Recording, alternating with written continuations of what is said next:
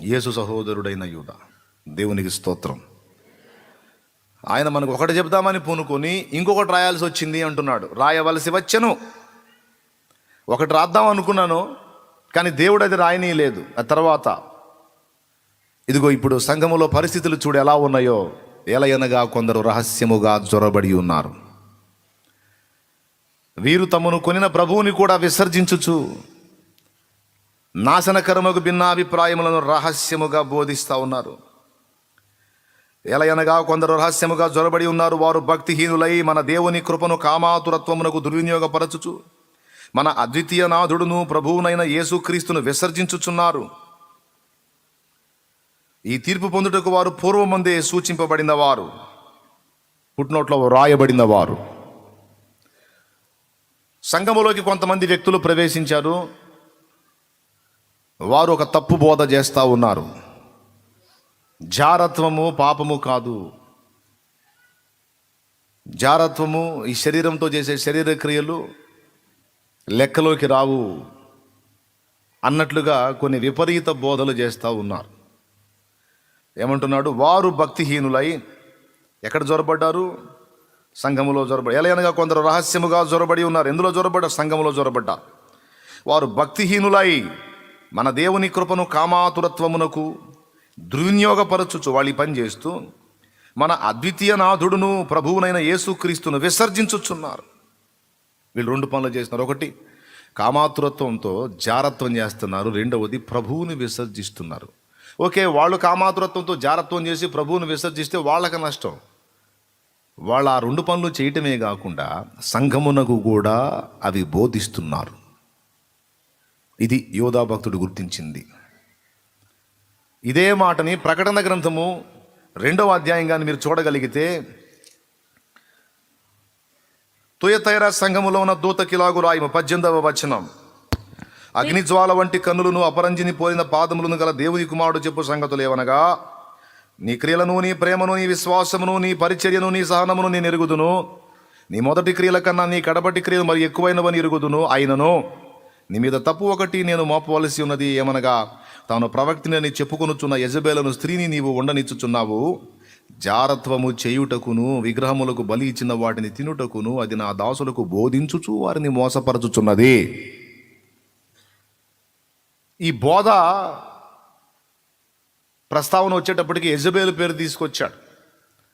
ఆనాడు యెజబెలు కాలంలో ఇశ్రాయేలీయులందరూ యెహోవా ఆరాధకులై ఉండగా వాళ్ళందరికీ దుర్బోధ చేసి, దుర్బోధకు పడకపోతే భయపెట్టి ప్రవక్తలను చంపి, ఇశ్రాయేలు దేవుడు శక్తిహీనుడు, సైన్యములకు అధిపతిగా యెహోవా అని చెప్పబడుతున్నవాడు శక్తిహీనుడు, నేను సేవిస్తున్న బయలు గొప్ప దేవుడు కాబట్టే రాజ్యాధికారం నాకు ఇచ్చాడు. ఇశ్రాయేలు దేవుడు బలవంతుడైతే మీరు ఏలికలై ఉండేవాళ్ళు, కానీ ఇక్కడ రాణిని నేను. నా భర్త ఆహాబు ఇశ్రాయేలీయుడే అయినా వాడొట్టి దద్దమ్మ, పెత్తనం అంతా నాదే. కాబట్టి బయలు దేవుడు శక్తివంతుడు అని ఆ జారిని, ఆ చిల్లంగి విద్య మాంత్రికురాలు ఇశ్రాయేలు జనాంగాన్ని తప్పుత్రోవలోకి నడిపించడానికి ప్రయత్నం చేసింది. ఆమె ప్రయత్నానికి వంతబాడాడు భ్రష్టుడైన ఆహాబు రాజు, తన భర్త. యెజబెలు ఏం చేసింది అంటే దేవుని జనాంగాన్ని సత్యము నుండి అబద్ధం వైపుకు మళ్ళించింది. సత్యం వైపు నుంచి, సత్యమై ఉన్న దేవుని వైపు నుంచి అబద్ధ దేవుని వైపుకు మళ్ళించింది. నిజమునకు దేవుడు కాని దాని వైపుకు మళ్ళించింది. దాన్ని చర్యలను ఖండించి దాన్ని అడ్డగించడానికి దేవుని చేత ఏర్పరచబడిన వాడే తిష్బీయుడైన ఏలియా. వీరి ఆగడాల విపరీతం అయిపోయి ప్రవక్తలను భయపెట్టి అసలు యెహోవా ప్రవక్త అనేవాడు బయట కనపడకుండా చేసేశారు.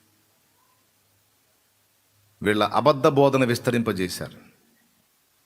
దానికి ఫలితంగా యెహోవా ప్రవక్తలంతా గుహల్లోకి వెళ్ళిపోయి, అజ్ఞాతంలోకి వెళ్ళిపోయి అంత రహస్యంగా ఉండిపోయారు. కొంతమంది కత్తివాత హతము చేయబడ్డారు. యెహోవా బలిపీఠాలు కూలగొట్టబడ్డాయి. బయలు దేవత ఆరాధన పెరిగిపోయింది. ఆ పరిస్థితుల్లో దేవుని చేత ఏర్పరచబడిన ఏలియా సింహగర్జన చేశాడు. దేవుని అభిషేకంతో నింపబడి అహబురాజు సముఖంలోకి వెళ్ళి అతని ముఖం మీద చేయి ఉంచి ముక్కు మీద వేలుంచి చెప్పాడు, వార్నింగ్ ఇచ్చాడు, జాగ్రత్త అని. ఇశ్రాయేలు సర్వ సమాజానికి ఎవరు నిజమైన దేవుడో ఏది సత్యమో బయలుపరచడానికి పూనుకున్నాడు, నడుం కట్టాడు. ఎట్టకేలకు ఇశ్రాయేలు జనాంగాన్ని పిలిచాడు కూడా. మీరు ఎన్నాళ్ళు రెండు తలంపుల మధ్య తడబడుచుందురు? మీరు ఎంతకాలం రెండు తలంపుల మధ్య గలిబిలవుతారు, తడబడతారు? యెహోవా దేవుడైతే ఆయనను ఆరాధించండి, బయలు దేవుడైతే ఆయన ఆరాధించండి, నిరూపిద్దాం రండి అని సత్య నిరూపణకు పూనుకొని ఆకాశము నుండి అగ్నిని దింపి బలిపీఠం మీద ఉన్న పశుమాంసాన్ని దహింపజేసి రాళ్లను సహితం బుగ్గి చేసి యెహోవాయే దేవుడని ఇశ్రాయేలు సర్వ సమాజానికి సత్యదేవుణ్ణి బహిర్గతం చేసి రెండు తలంపుల మధ్య ఉన్న వాళ్ళని ఒక్కటే తలంపులోకి ప్రభు అయిన దేవుని మీదికి వచ్చేటట్టు చేశాడు. ఇది ఏలియా పరిచర్య. స్తోత్రం చెప్పండి గట్టిగా, హల్లెలూయా. ఇప్పుడు నూతన నిబంధన కాలంలో కూడా ఈ యెజబేలు అను స్త్రీని నీవు ఉండనిచ్చుచున్నావంటే మీరు ఊహించి చూడండి, ఏ సంఘములోనైనా యెజబేలు అనే స్త్రీ ఉంటుందా? అసలు ఆ పేరు ఎవరైనా పెట్టుకుంటారా?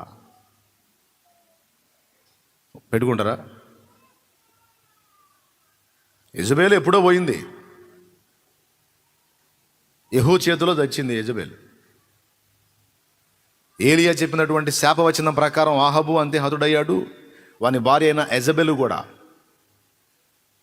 పైనుండి భవంతి మీద నుండి త్రోసివేయబడి గుర్రముల కాలి కింద తొక్కబడి నామరూపాలు లేకుండా నాశనమైంది యెజబెలు. మరి ఆ యెజబెలు మళ్ళీ క్రొత్త నిబంధనలో కనపడుతుంది ఈ సంఘములో. ఎవరు యెజబెలు? ఎవరంటే ఆనాటి యెజబెలు కాదు, ఆనాడు యెజబెలు మీద పనిచేసిన ఆత్మ. ఆనాడు యెజబెలు మీద పనిచేసిన ఆత్మ దేవుని ప్రజలను సత్యము నుండి మళ్లించడానికి దుర్బోధ చేసేటువంటి ఆత్మ. తిమోతికి రాసినటువంటి మొదటి పత్రిక 4వ అధ్యాయము 1వ వచనం నుంచి మీరు చూస్తే ఈ దురాత్మలు, ఈ దయ్యాలు కూడా బోధిస్తాయని చెప్పాడు. చూడండి ఒక్కసారి. అపోస్తలుడైన పౌలు తిమోతికి రాసిన మొదటి పత్రిక 4వ అధ్యాయము 1వ వచనం. అయితే కడవరి దినములలో కొందరు అబద్ధికులు వేషధారణ వల్ల మోసపరచు ఆత్మల యందును దయ్యముల బోధ యందును లక్ష్యముంచి, మోసపరచు ఆత్మల యందును దయ్యముల బోధ యందును అంటే దయ్యాలు కూడా బోధిస్తాయి అన్నమాట. దురాత్మలు కూడా బోధిస్తాయి అన్నమాట, మోసగిస్తాయి అన్నమాట. మోసపరచు ఆత్మల యందును దయ్యముల బోధ యందును లక్ష్యముంచి విశ్వాస భ్రష్టులగుదురని ఆత్మ తేటగా చెప్పుచున్నాడు. దేవునికి స్తోత్రం కలుగునుగాక, హల్లెలూయా. కడవరి దినములలో ఎలాంటి పరిస్థితులు వస్తాయో ఇక్కడ చాలా స్పష్టంగా పౌలు మహనీయుడు మాట్లాడుతున్నాడు పరిశుద్ధాత్మ ప్రేరణతో. యెజబెలు ఆనాడే తెచ్చింది, కానీ యెజబెలు మీద పనిచేసేటువంటి దురాత్మ ఏదైతే ఉందో ఆ దురాత్మ ఈనాటికి సంఘములో, సార్వత్రిక సంఘములో దాని పని చేస్తానే ఉంది.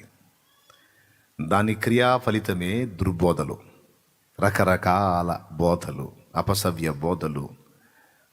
వీటన్నిటినీ ఎదిరించాలి అంటే ఆనాడు ఏలియా మీద పనిచేసిన అభిషేకమే ఈనాడు మన మీద కూడా దిగి రావాలి. అర్థమైందా? ఎవరి మీద పనిచేసిన అభిషేకం? ఏలియా మీద పనిచేసిన అభిషేకమే ఈనాడు మనందరి మీదకి దిగి రావాలి.